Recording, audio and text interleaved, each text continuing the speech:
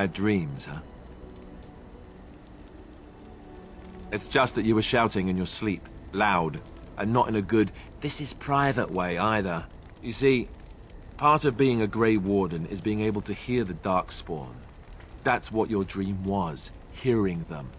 The archdemon, it talks to the Horde, and we feel it just as they do. That's why we know this is really a blight. He did. He said he felt the archdemon's presence. Everyone just assumed he was guessing. It takes a bit, but eventually you can block the dreams out. Some of the older Grey Wardens say they can understand the archdemon a bit, but I sure can't. Anyhow, when I heard you thrashing around, I thought I should tell you. It was scary at first for me too. I screamed like a little girl. Duncan said he thought I had someone in my room. Not embarrassing at all. Anyhow, you're up now, right? Let's pull up camp and get a move on.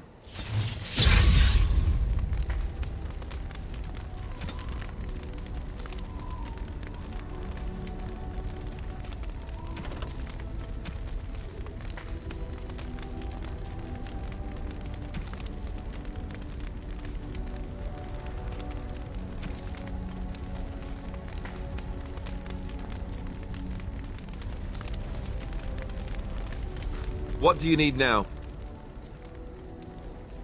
If you really have to, go ahead. Such as they are. That's a good question. There's plenty in Orlais, but who knows where they might be found. And the nearest Orlesian city is weeks away. If we go north and cross the sea, there's bound to be some in the Free Marches. Again, however, I just don't know where. I don't know anything about Grey Wardens in other lands. Here in Ferelden, there's our compound in Denerim at the palace, but that's it. Loghain will have control over that and be watching it, no doubt. Beyond that, the only place I know of is Weishaupt Fortress. That's the headquarters of all Grey Wardens in the Anderfelds, 1,000 miles from here. But I've no idea how to even contact them.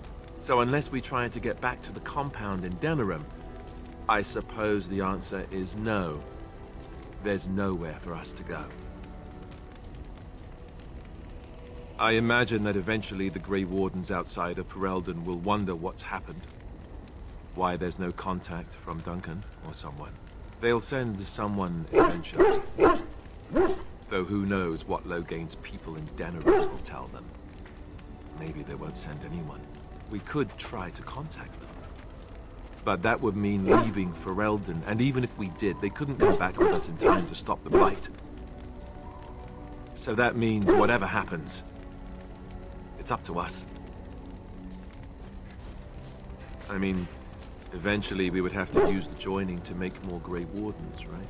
But I don't know how to do the joining, or what's involved. I know it involves lyrium and some other magic, and that it's really difficult to prepare, but that's it. Unless we can find out more about the joining, I guess we better get used to the idea that there might only be 2 of us for now. Until more come from elsewhere. Just left? You mean just left Ferelden? I don't know. If there's an archdemon, however, we're supposed to be the only ones who can defeat it. And that means the blight would grow unchecked. Eventually, other Grey Wardens in Orlais and other lands would hear about it, and they would come to fight it, but they wouldn't come in time to save Ferelden. There's no way. I'm not going anywhere. About the Grey Wardens, anyhow. Fair enough. What do you need now? If you really have to, go ahead. Same way you did. You drink some blood, you choke on it, and pass out. You haven't forgotten already, have you? Ah, my secret is out. Now at last I can stop pretending. Pardon the drooling.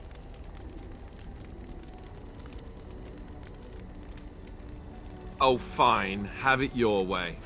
Look, I'll even stand up straight if you like. Let's see, I was in the Chantry before. I trained for many years to become a Templar, in fact. That's where I learned most of my skills. Well, it wasn't an easy life, you know. I don't know whether or not you've noticed, but I'm not exactly the Chantry type. The Grand Cleric didn't want to let me go. Duncan was forced to conscript me, actually, and was she ever furious when he did. I thought she was going to have us both arrested. I was lucky. Oh, I suppose the Chantry life is good enough for some. Here, we have the chance to fight against the Blight. To actually do some good instead of sitting in a temple somewhere. I'll always be thankful to Duncan for recruiting me. If it hadn't been for him, you know, I wouldn't have.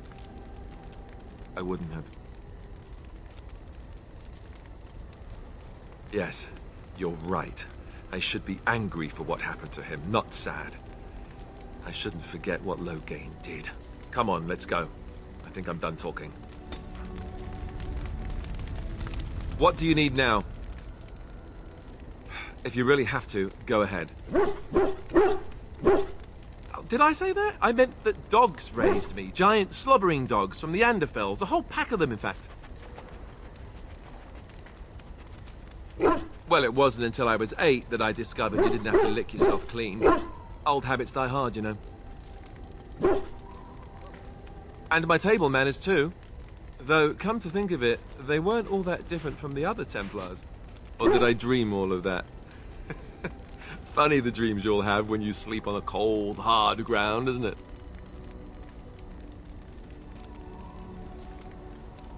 You have no sense of humor, you know that. Fine, fine. Have it your way. Let's see, how do I explain this? I'm a bastard. And before you make any smart comments, I mean the fatherless kind. My mother was a serving girl in Redcliffe Castle who died when I was very young. Arleman wasn't my father, but he took me in anyhow and put a roof over my head. He was good to me, and he didn't have to be. I respect the man, and I don't blame him anymore for sending me off to the Chantry once I was old enough. I was young and resentful and not very pious. Of course I blamed him. I remember screaming at him like a little child. Well, I was a child, so I doubt he was surprised.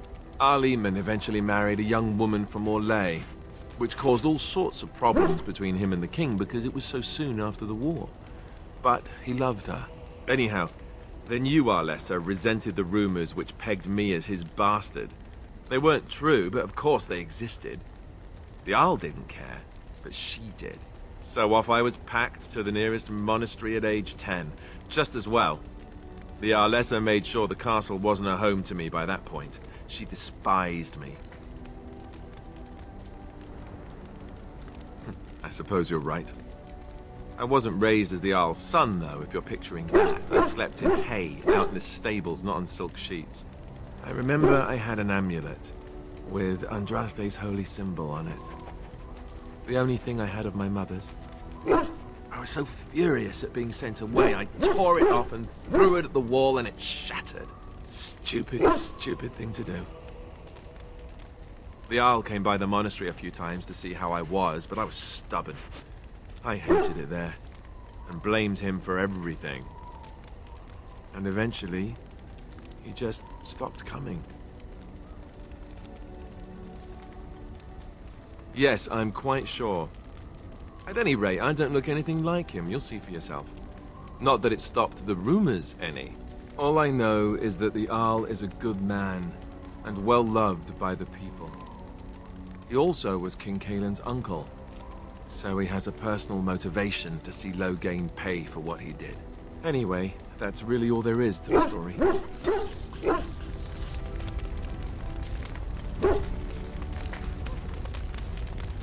Yes? Well, here I am. I knew this would come up sooner or later. I don't know how to explain, but I had a dream. In it, there was an impenetrable darkness. It was so dense, so real. And there was a noise, a terrible, ungodly noise. I stood on a peak and watched as the darkness consumed everything. And when the storm swallowed the last of the sun's light, I fell, and the darkness drew me in.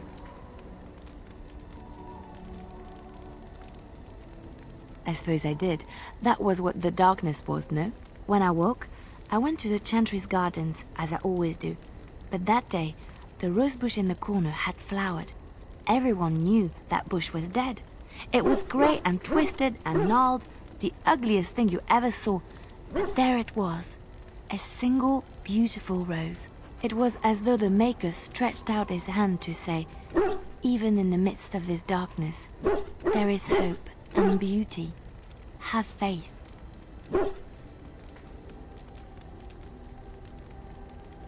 No, not voices. It's not so simple. He spoke directly to my soul, in a language no human tongue can express. There are so many good things in the Maker's world. How can I sit by while the Blight devours everything? I don't know. He made this world. He could destroy it. But there is so much worth saving. You're such a pessimist. Yes? Well, here I am.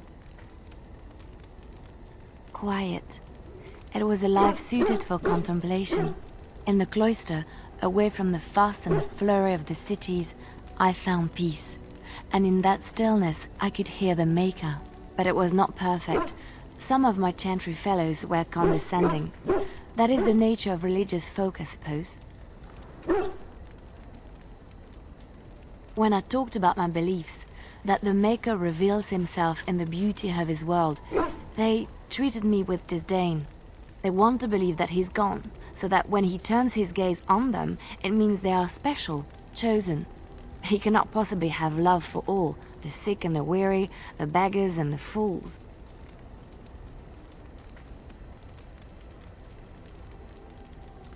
Maybe I am wrong, but it is the Maker's place to decide if I am worthy, not men, not the chantry. But there is work to be done, and I have talked enough for now. Yes? Well, here I am. What is meant by someone like me?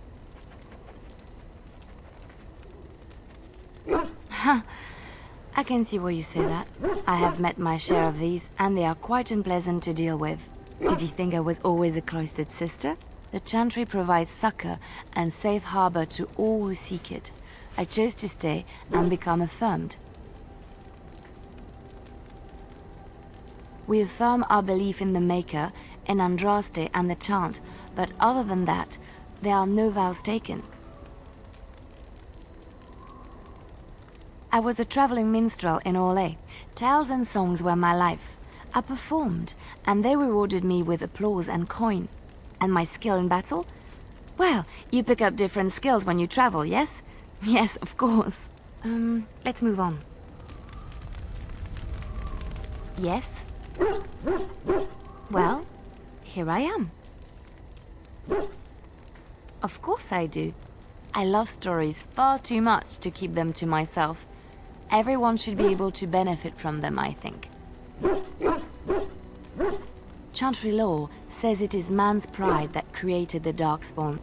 In ages past, the mages of the Tevinder Imperium ruled much of the world we know. In their pride, they thought their magics invincible and imagined that they were greater than the Maker himself. So thinking, they invaded his golden city, planning to take it for themselves and depose their own creator. But they were impure and full of sin. And it is with the sin that they tainted the golden city, corrupting it forever. The Maker cursed them and cast them from his sight. Wherever they went, they spread the taint of their sin. Any land that was touched by the taint became blighted and would suffer no life. Instead, the Darkspawn arose to torment us and remind us of our hubris.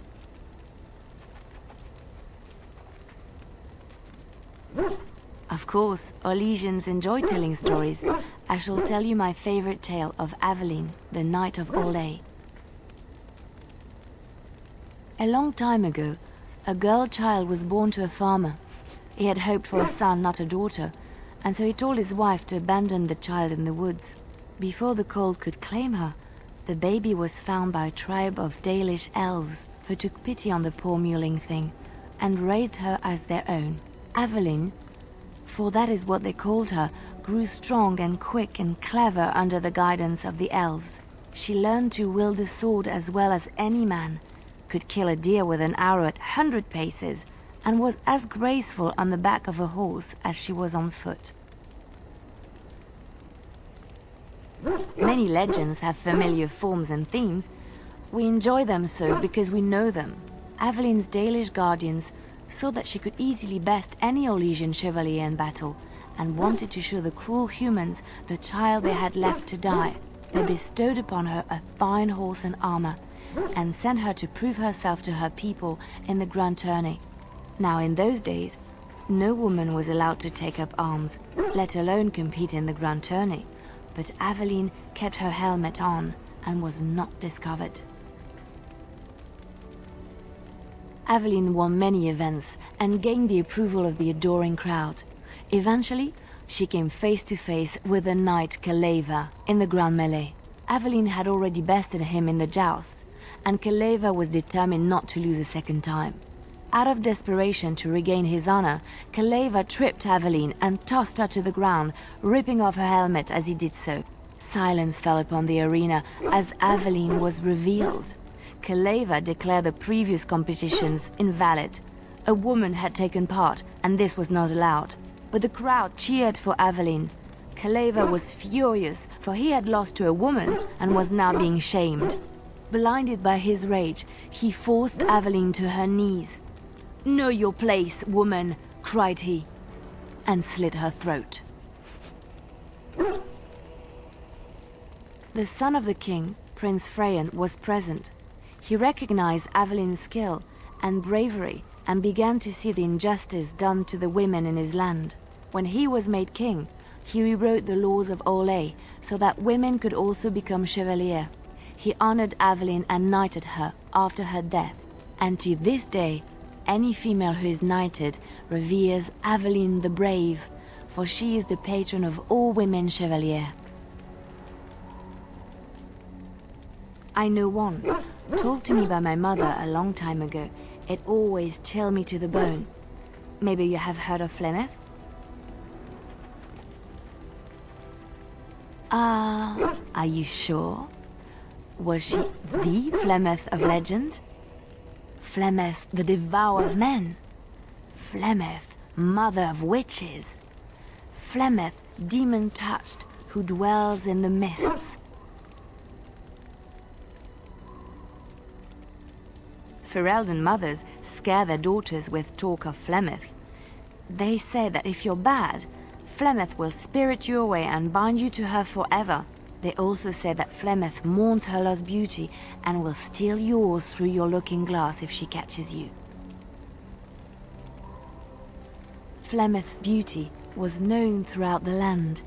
She had hair like unto a moonless night, skin as pale as winter's first snow, and eyes as beautiful and perilous as the sea.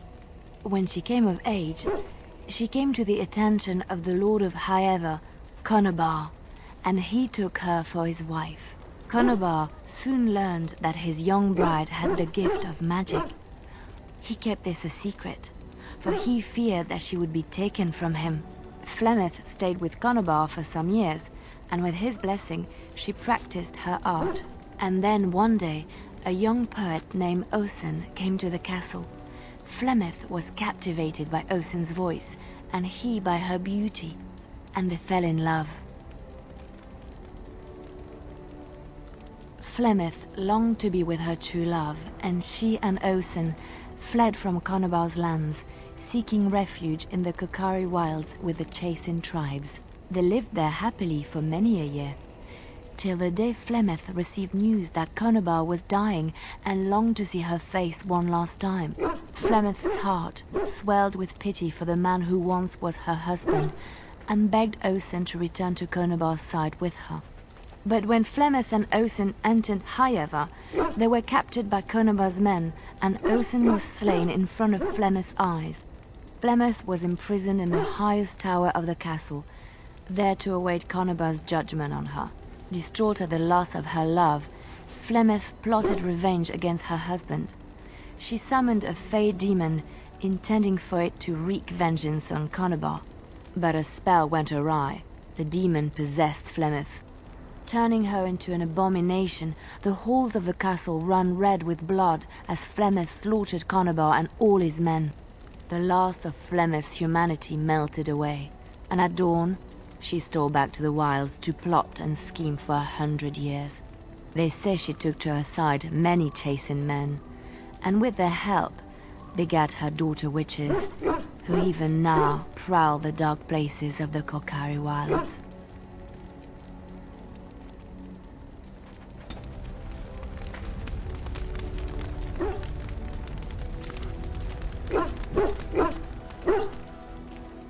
Oh, why, you little... Me harassing your dog? I should say it's the other way round. Your furry friend here took offence at me getting near his food. He snapped at me, look.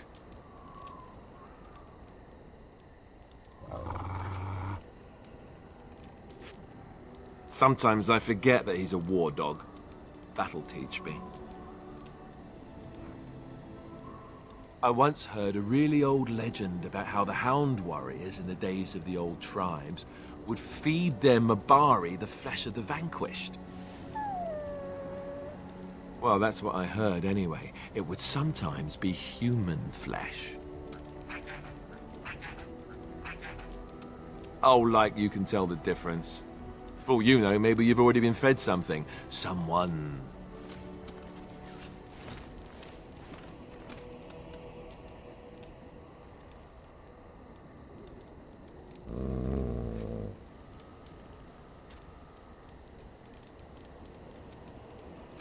Look at what your fool dog placed in my pack.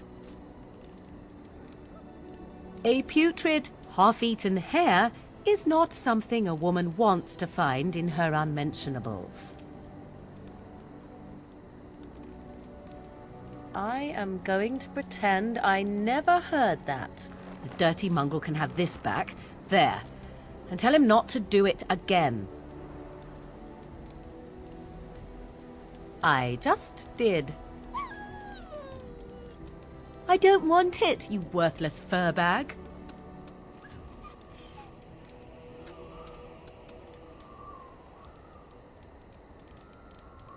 Oh, he's just trying to be manipulative, I can tell. I do it too.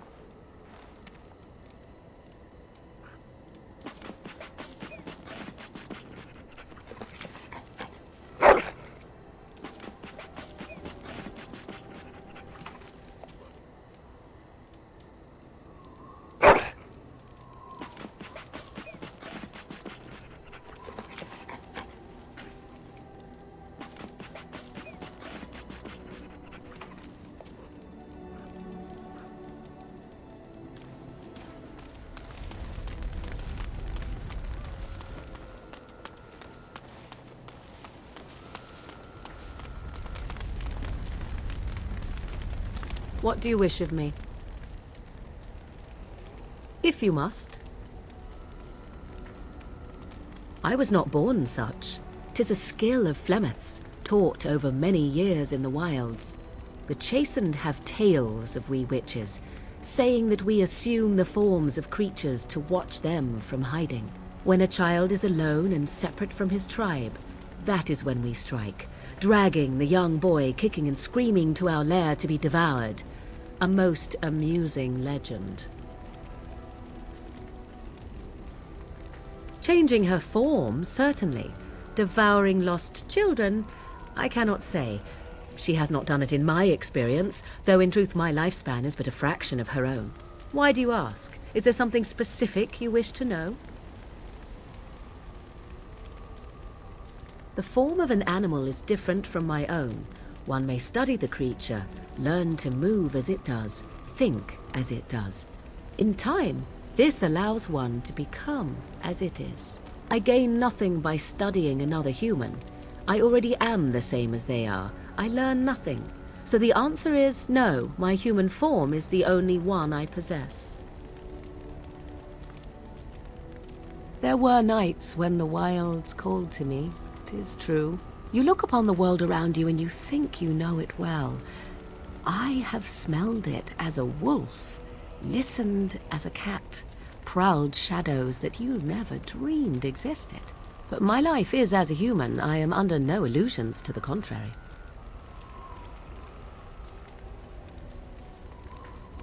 They do not shy away from me.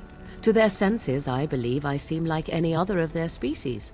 As to what they think, I truly cannot say. Just as I am still human, no matter my form, they are still animals. Thus they cannot speak, even were I to ask. No, 'tis not unheard of in the remote corners of the world. There are traditions of magic outside of the circle of magi, despite what those mages would have you believe. Some of these traditions are old, indeed, passed down as carefully guarded lore from one generation to the next. The zealots of the chantry would uproot all such practitioners if they could, but as luck have it, some still exist. My mother is such a one.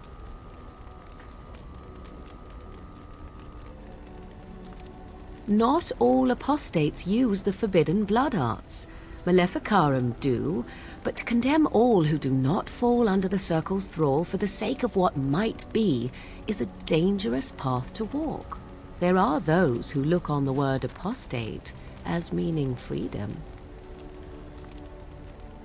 Anyone with sufficient will, but the act of transformation is a magical one. 'Tis a spell and thus requires a mage's talents. Indeed, you could learn the spells required if I cared to teach you. Indeed. Have you an opinion on my abilities, then? Am I an unnatural abomination to be put to the torch? I see. I find such opinions good to know in advance, so thank you. But enough of such talk, let us proceed lest the dust gather on us. What do you wish of me? If you must. By others, do you mean yourself? Then I shall teach you what I can whenever we are in camp, provided you have the will to even make the attempt, that is.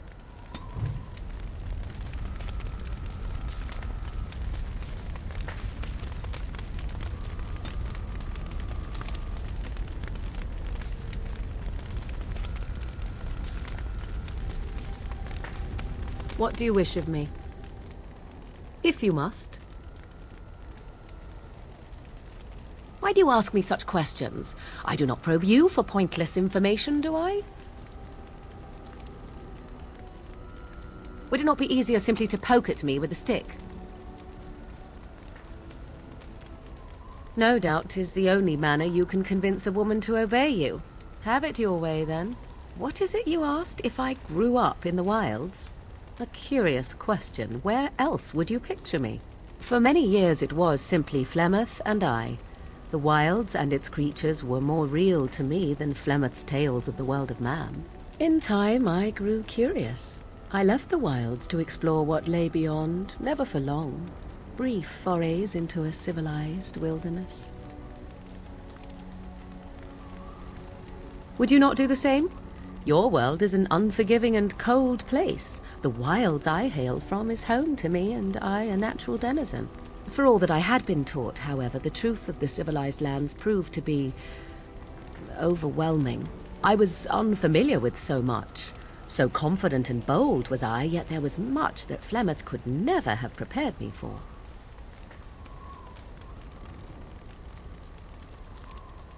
I think not. I am no frail flower wilting at the first heat. Only once was I accused of being a witch of the wilds, and that by a chastened who happened to be traveling with a merchant caravan. He pointed and gasped and began shouting in his strange language, and most assumed he was casting some curse upon me. I acted the terrified girl, and naturally, he was arrested. I do not know how well I lie, but I will do whatever I must in order to survive. The point being that I was able to move through human lands fairly easily. Whatever humans think a witch of the wild looks like, 'tis not I. Not that I did not have trouble. There are things about human society which have always puzzled me, such as the touching. Why all the touching for a simple greeting? At least with that sort of touching, I would have been able to intuit the intent with far greater ease. There were many nuances that Flemeth could never tell me of. When to look into another's eyes, how to eat at a table, how to bargain without offending. None of these things I knew. I still do not understand it all, truth be told, but then I gave up long ago any hope of doing so. When I returned to the wilds last, I swore to Flemeth that I had no intention of leaving again. You are a fine one to be pointing out the humour of fate. Shall we examine your predicament on the whole? Let's not. Me? I prefer the jest on me to the jest on you. Well, let's get on with it before the ground opens up and swallows us, yes? What do you wish of me? If you must. You are very cute to ask so many questions. Ah, I did not realize I was being interrogated. My mother has been hunted from time to time, yes, by Templar fools like Alistair, which should tell you how successful they generally were. Flemeth made a bit of a game of it, in fact. The Templars would come again, and she would look at me and smile and say that the fun was to begin once more. I am unsure. I was too young to understand, and perhaps 'twas bravado on Flemeth's part, or perhaps she was merely amused. I will never know. Flemeth would warn them, once. 'Twas a warning they inevitably failed to heed. And then the true game began. Often Flemeth would use me as bait, a little girl to scream and run and lure the Templars deeper into the wilds and to their doom. Me? No, I never did any of the killing, until later. And even then, Flemeth was a glutton for that sort of thing. Thankfully, the wilds is a vast place. Once they found us, Flemeth would simply move us elsewhere, and we would be lost within the forest once again. I did not understand the danger we faced until I was much older. I had never heard of apostates or maleficarum.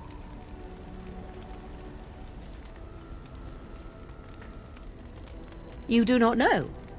The zealots use that word for any magic they do not control.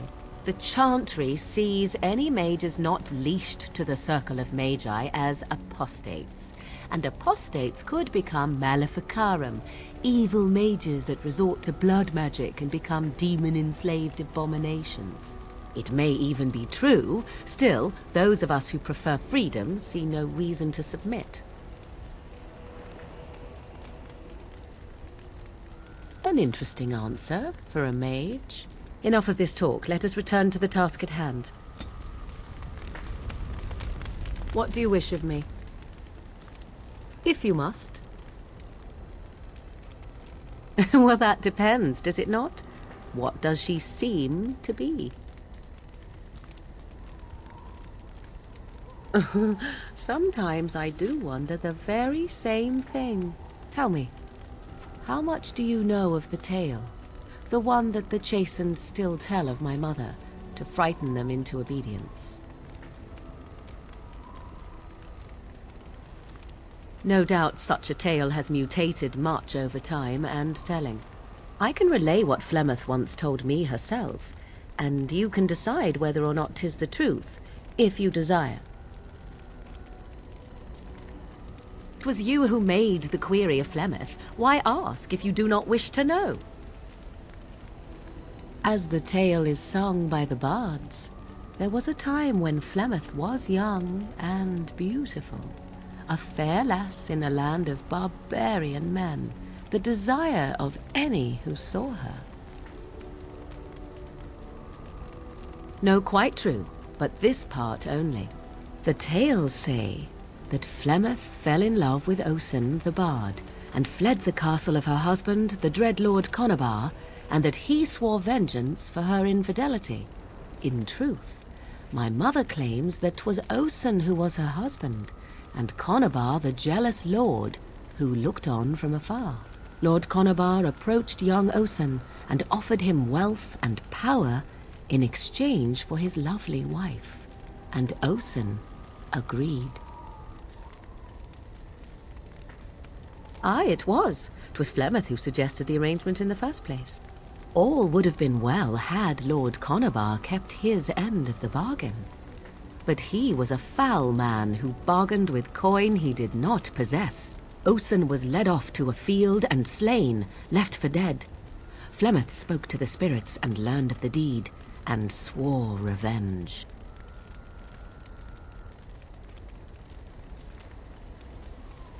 Spirits first, and 'twas they who slew Conobar. Flemeth did not turn to the demon until much later. Lord Conobar's allies chased Flemeth, you see. Chased her to the wilds, and there she hid.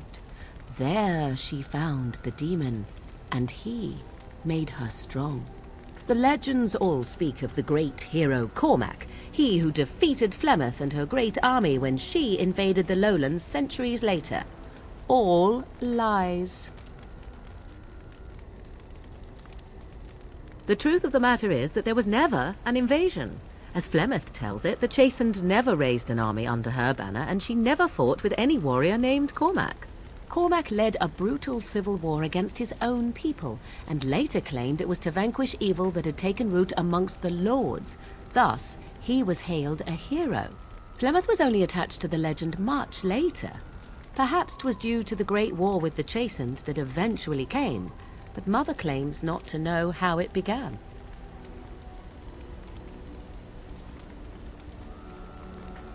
The demon within her has transformed her into something else. An abomination, perhaps some would say.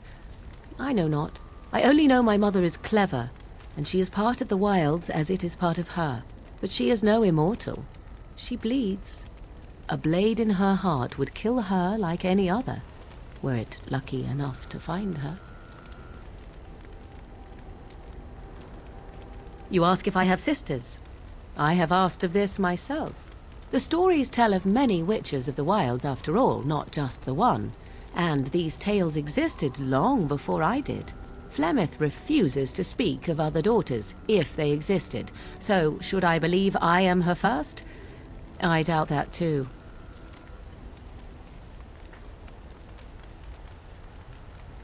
The Chastened tell of a falling out between Flemeth and her daughters. They say that one day she hunted them all through the wilds and ate their hearts. It may be true.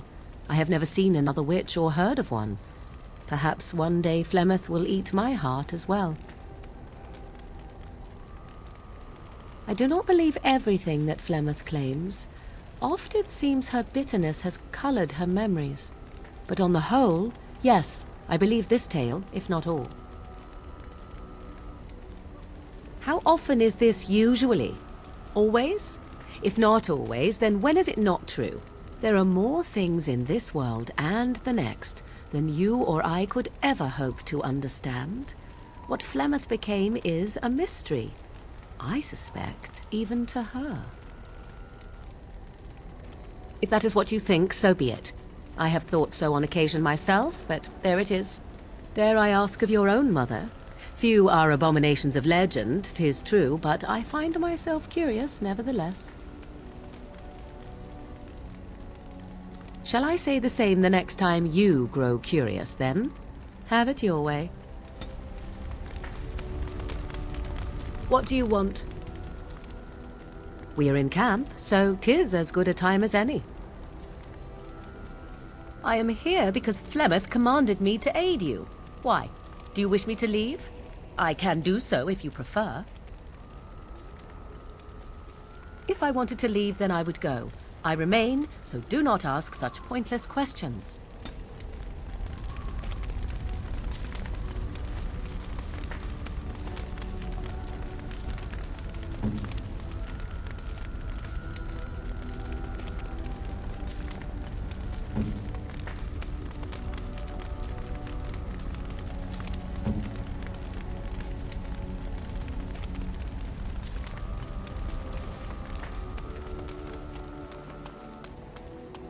Ah, it's good to see you, my timely rescuer. Bodahn Feddic, at your service, once again. I saw your camp and thought to myself, what safer place to rest for the evening than in the camp of a Grey Warden? I'm perfectly willing to offer you a fine discount for the inconvenience of our presence. How does that sound? Good? Yes? Anything, everything, but all of the finest quality. No cheap trinkets here. And my boy Sandal happens to be a bit of a hand with enchantments. Oh, yes. Sadly, it also makes us a target for bandits and the like. If there were spare hands to hire as guards, I would have done so long ago.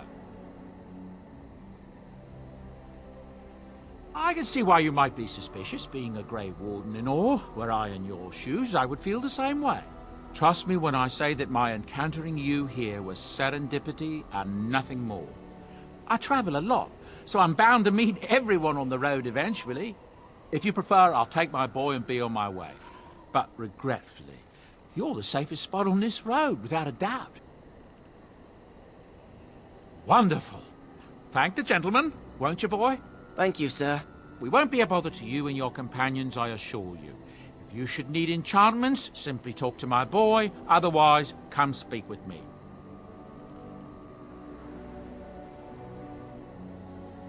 If there's anything I can do for you, please, please tell me. I suppose since you told me about you being a Grey Warden, it's only fitting for me to be as open. I am originally from Orzammar, the famed dwarven city that lies beneath the stately Frostback Mountains. I was a merchant there, too. Merchant caste. These things are in the blood, you know. You can't just leave them behind. I ran a fairly successful business. Rare artifacts, you know. Old things, grand things. The nobles loved them. Reminded them of the lost glory days, I suppose. Our kingdoms once spanned the length of Thedos, from majestic Orzammar to Kal Sharok to glittering Darmalin far to the west. They say the gold and silver veins ran so thick through the stone of Darmalin that the entire city sparkled. The Darkspawn took it all, of course. One by one, the old Tigers fell, and then all that was left was Orzammar. But we were talking about how I ended up here, weren't we? One day, a noble woman came to my stall. She looked around for a bit and then started shrieking in dismay. Apparently, she believed that a pair of braces I had for sale once belonged to her brother. He'd been lost in a cave-in, you see, while on an expedition to clear out the Darkspawn from one of the tunnels running close to the city. They were made specially for him. They're unique, she shrieked. He stole them from my poor brother's corpse. She had me arrested on the spot, of course. Nobles, they're touchy like that. Well, I didn't steal them. You see, I'd been paying these castless thugs to venture out into the deep roads for me. The lost tigers, they're full of things that people left behind. Sometimes you can find a treasure, something worth a little gold. That's exactly how I see it. The noblewoman, she wasn't too happy with the theft of her brother's braces. I don't know what they planned for me, and I didn't want to find out. Bribed the guard that was watching me and took off for the surface first opportunity I got. Never looked back. Yes, here I am. Now, is there anything the boy or I can get you? Look, we don't rob people, all right? We don't take things from people that need them. The things in the lost tigers, what good did they do lying there? I brought them back to Orzammar, where people could look at them and remember. It's not all that different up here. There are places long abandoned by the humans everywhere. Even more now with the Darkspawn coming. People flee from the Blight with good reason, but they forget things. Things with value and meaning. They leave them behind because they're frightened and desperate. And sometimes, my boy and I, we find our way to these places before the Horde descends, and we save these things. I take them away so the Darkspawn don't get them. Is that so bad? They destroy everything they touch. That's what I tell myself, too. Ah, these are dark times indeed.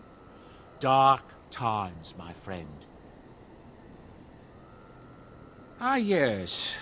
I'm married to a fine woman back in Denerim, it's true. She'd give me a son if she could, but that's not likely to ever be. Sandal here, I found him in the deep roads years ago. Abandoned, I think, and he was never quite right in the head. I took him in, and I brought him with me when I came here to the surface. He may not be my blood, true, but I think of him as one. We left Orzammar. That's right, boy. Maybe one day we'll see it again. Better than him living in mud and hiding from Darkspawn and Deepstalkers, isn't it? I was glad to take him in. It's not as if I don't benefit, mind you. Turns out the boy's a natural working with enchantments. He might have even been lyrium-addled. I never thought of that before, to be honest. Happens sometimes. He can work an enchantment into just about anything, however, given some time. Could probably open his own shop, if he knew how. Enchantment. Well, he does seem to enjoy it, at least. I hear news from Denerim that Tyrn Loghain has been declared the new regent. It makes sense, his daughter being the queen. That's what I've heard on the road, anyhow. Take it for what it is. Some folks aren't happy about Tyrn Loghain being named regent. There are rumours he had something to do with the king's death. Isn't that the most ridiculous thing you ever heard? The Darkspawn killed him, sure enough. If Tyrn Loghain couldn't save the king from that end, then nobody could. That's what I've heard on the road, anyhow. Take it for what it is. I'm sure you'll be pleased with the goods my boy and I have collected, and with your discount.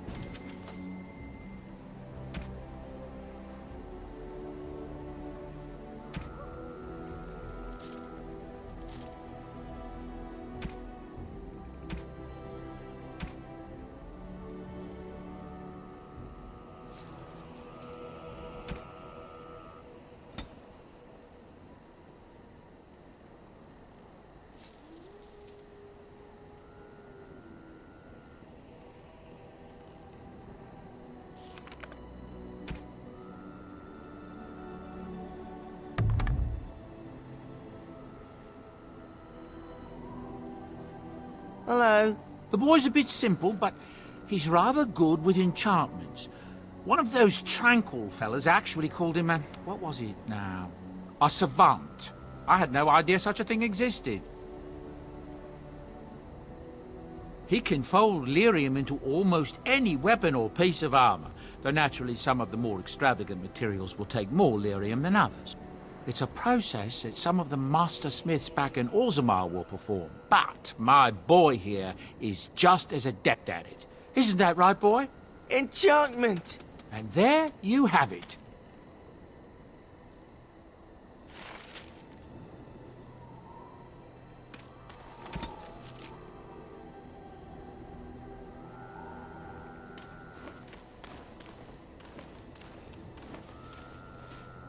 You're a hard man to find. Where are my manners? The name is Levi Dryden. Did Duncan ever mention me? Levi of the coins? Levi the trader? Really? He never told you of old Levi? We've known each other for years. But here I am carrying on while you have a blight to stop. Don't want to waste your time. But you see, Duncan promised that together we'd look into something important for the Wardens. And for me. But poor Duncan's... well, no more.